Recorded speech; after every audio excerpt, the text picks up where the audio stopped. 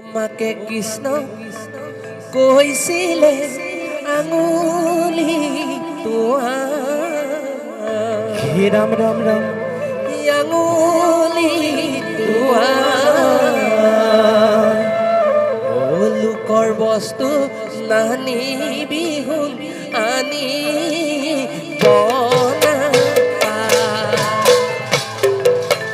মাকে কৃষ্ণ কৈছিলে আঙুলি তোমাৰ আঙুলি তোমাৰ লোকৰ বস্তু নানিবি শুন আনিব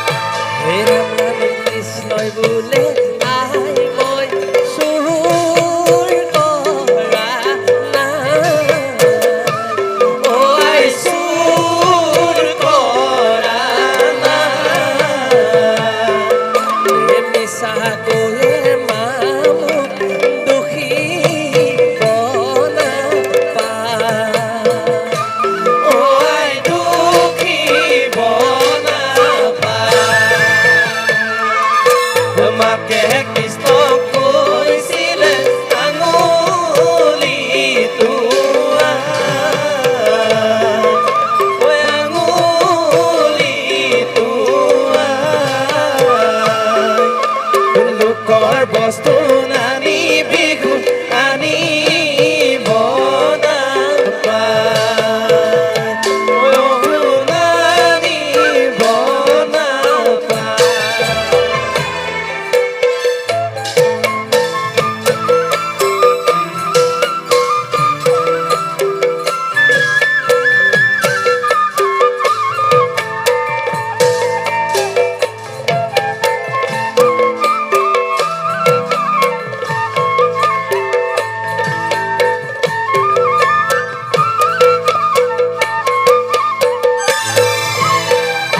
নানিব কোনো ঘৰে চুৰ কৰ কোনো ঘৰে খাও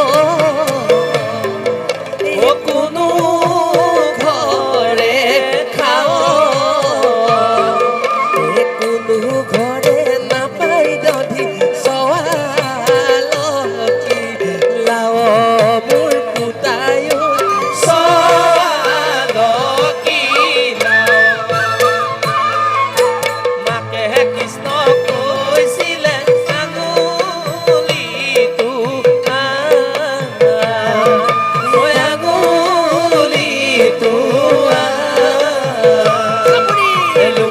বস্তু নানিবি শুন আনিব নাপায়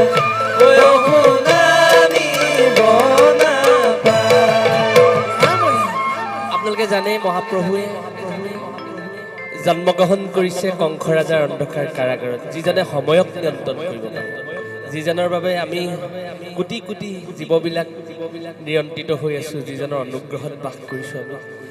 সেইজনে ৰাজ অট্টালিকাত সোণৰ কাৰেঙত জন্মগ্ৰহণ কৰিব পাৰিলেহেঁতেন। জীৱ মংগলৰ কাৰণে জন্মগ্ৰহণ কৰিলে অন্ধকাৰ পোতা। আই মাতৃ যশোদাৰ গৃহত ডাঙৰ দীঘল হ'ল, নহ'লে কংসই মাৰিব। এইখিনি আমাক দেখালে। আপোনালোকে যেনে আই মাতৃয়ে নাজানে তেওঁৰ গৃহত যে ভগৱন্ত জগতৰ ঈশ্বৰ শিশুৰূপে তেওঁলোকৰ গৃহত আহি জন্মগ্ৰহণ কৰিছে। আই মাতৃয়ে বাৰে বাৰে প্ৰভুক কৈছে, হে কৃষ্ণ, তুমি বোলে গোকুল বৃন্দাবনত বৰ জগৰ লগাই ফুৰা। প্ৰভুৱে কৈছে, মই মাতৃ একো নকৰোঁ। তুমি নিজে কোৱাটো পাছৰ কথা। দাম সুদাম চিদাম বলোৰামেও তোমাৰ কথা কৈছে, আৰু তুমি ৰাইজৰ গৃহত গৈ গকুল বৃন্দাবনত গৈ তুমি দধি চুৰ কৰি নাখাবা। তেতিয়া প্ৰভুৱে কৈছে কৃষ্ণই বোলে আই মই চুৰ কৰা নাই, মিছাকৈ মামু দুখিব নাপায়।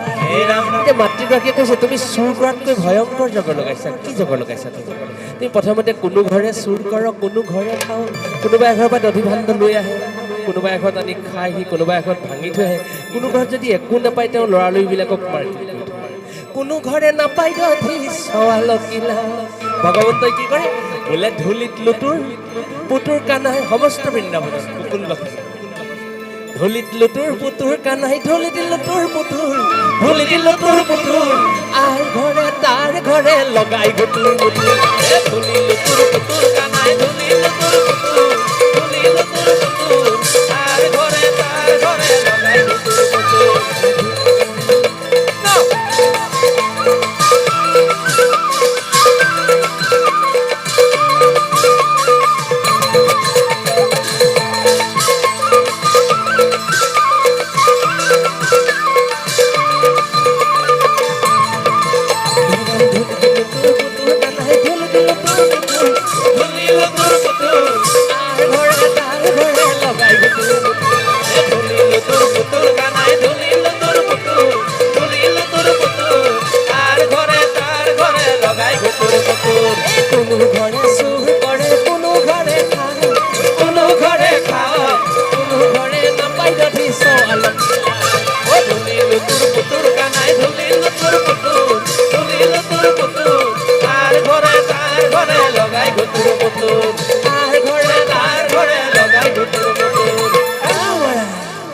ভগৱন্তে এনেকুৱাখিনি কৰি থাকে।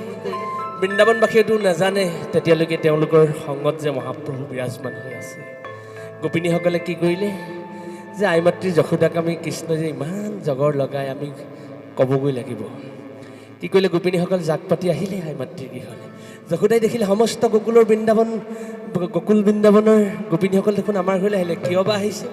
গোপিনীসকলে কৈছে বোলে জখুৱা জখুৱা ঐ জখুৱা কেনেকুৱা কৃষ্ণ তোৰ গাইনো খিলতি দামুৰি মেলিলে খঙে উঠি আহে মোৰ।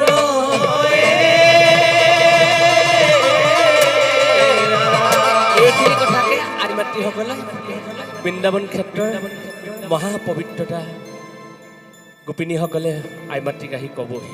ইগৰাকী গোপিনী সিগৰাকী গোপিনী এক হ'ল বোলে হৈয়া হৈয়া হৈয়া নন্দৰ ঘৰে বহয়া বোলে নন্দৰ ঘৰে বহয়া নন্দ কানাই জগৰ লগাই দি আহোঁগৈ বয়া হৈয়া হৈয়া হৈয়া নন্দৰ ঘৰে বহয়া নন্দৰ ঘৰে বহয়া নন্দ কানাই জগৰ লগাই দি আহোঁগৈ বয়া হৈয়া হৈয়া নন্দৰ ঘৰে বহয়া নন্দৰ ঘৰে বহয়া নন্দ কানাই জগৰ লগাই দি আহোঁগৈ বয়া হৈয়া হৈয়া নন্দৰ ঘৰে বহয়া নন্দৰ ঘৰে বহয়া নন্দ কানাই জগৰ লগাই দি আহোঁগৈ বয়া।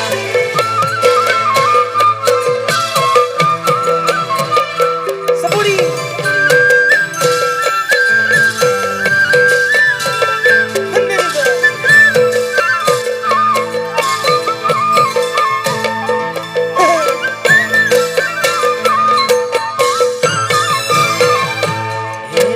কিনো তোমাৰ লীলা প্ৰভু কিনো তোমাৰ লীলা কিনো তোমাৰ লীলা নৰ ৰূপ ধৰি ভকতক উদ্ধাৰিলা হৈয়া হৈয়া হৈয়া নন্দৰ ঘৰে বহয়া নন্দৰ ঘৰে বহয়া নন্দৰ কানাই জগৰ লগাই দি আহোঁগৈ বয়া নন্দৰ কানাই জগৰ লগাই দি আহোঁগৈ বয়া।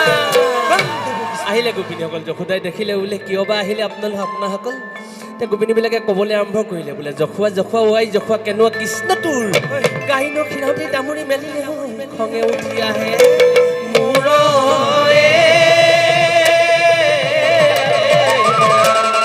সকলোকে যে তোমাৰ সন্তানে কানাই আমাক গোৱালবিলাকৰ গৃহে গৃহে গৈ অনিষ্ট সাধন কৰিছে আমি দামৰি মেলিবলৈকে নাপাওঁ গাখীৰ খীৰাবলৈ নাপাওঁ দামৰি মেলি থৈ আহে আকৌ কোনোবা এগৰাকীয়ে কৈছে বোলে জখুৱা জখুৱা অ' আই জখুৱা কেনেকুৱা কৃষ্ণটো এই ভান্দহু ভাঙিলে ল'ৰাও মাৰিল ভান্দহু ভাঙিলে দধি চুৰ কৰিলে ল'ৰাও মাৰিলে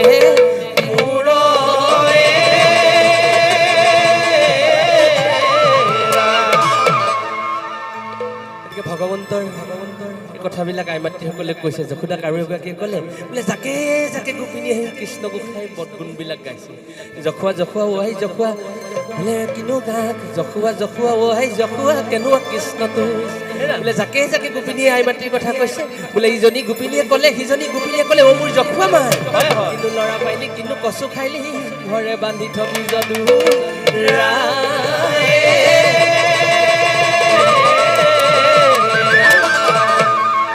আপোনাসকলে জানে মহাপ্ৰভুক তেতিয়া যশোদা মাতৃয়ে বন্ধন কৰিবলৈ বিচাৰে কাৰণ যশোদা মাতৃয়ে নাজানে যে জগতৰ ঈশ্বৰ তেওঁৰ গৃহত আছে আই মাতৃয়ে কি কৰিলে যে বন্ধন কৰিলেই এই জগৰ নাইকিয়া হ'ব আৰু গোকুলবাসীয়ে হয়তো পৰম আনন্দ পাব কাৰো ঘৰত তেওঁ এইখিনি কৰিব নোৱাৰে বোলে এই মোহন কলিয়া আজিহে মজা দিন তোকে মোহন কলিয়া মেৰাই মেৰাই মেৰাই মেৰাই বান্ধিলো এই মোহন কলিয়া আজিহে মজা দিন তোকে মোহন কলিয়া মেৰাই মেৰাই বান্ধিলো মেৰাই মেৰাই বান্ধিলো আকৌ মোহন কলিয়া আজিহে মজা দিন তোকে মোহন কলিয়া মেৰাই মেৰাই বান্ধিলো মেৰাই মেৰাই বান্ধিলো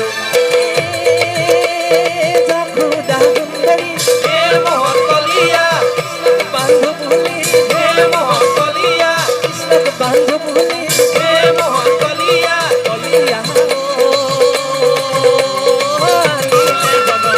জৰি মোহন কলিয়া আজিহে মজাৰি তোকে মোহন কলিয়া মেৰাই মেৰাই মেৰাই মেৰাই বান্ধিলো আকৌ মোহন কলিয়া আজিহে মজাৰি তোকে মোহন কলিয়া মেৰাই মেৰাই মেৰাই মেৰাই বান্ধিলো এতিয়া আই মাতৃও জগৰ এটা লাগিল প্ৰভুক বান্ধিবলৈ বিচাৰিছে হয় কিন্তু তেওঁ সক্ষম হ'ব পৰা নাই সফল হ'ব পৰা নাই ঘৰৰ জৰিয়ে নাতিলে ইঘৰৰ পৰা জৰিয়ে নিছে একো কাম সম্পাদন হোৱা নাই সিঘৰৰ পৰা আনিছেগৈ নাই একো সম্পাদন হোৱা নাই কি হ'ব এতিয়া বোলে যশোদা সুন্দৰী কৃষ্ণক বান্ধো বুলি আনিলে জগতৰ জৰি এই জগতৰ জৰি বান্ধিলে যশোদাই নাতিলে দুআঙুল কলিয়া আজিহে মজা তোকে মোহন কলিয়া মেৰাই মেৰাই বান্ধিলো মেৰাই মেৰাই বান্ধিলো মোহন কলিয়া আজিহে মজা দিন তোকে মোহন কলিয়া মেৰাই মেৰাই বান্ধিলো মেৰাই মেৰাই বান্ধিলো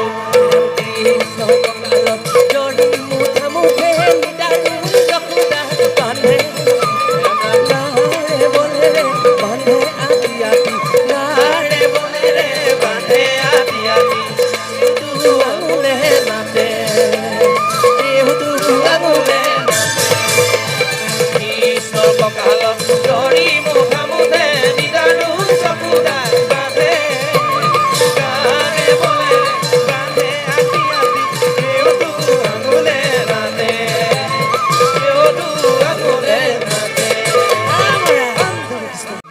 কৃষ্ণ পলাই যায় যশোদাই খেদি যায় কেশ আউল জাউল কৰি অ জগতৰ গোসাঁই নিজে বান্ধ দিলে মাৱে দুখ পাব বুলি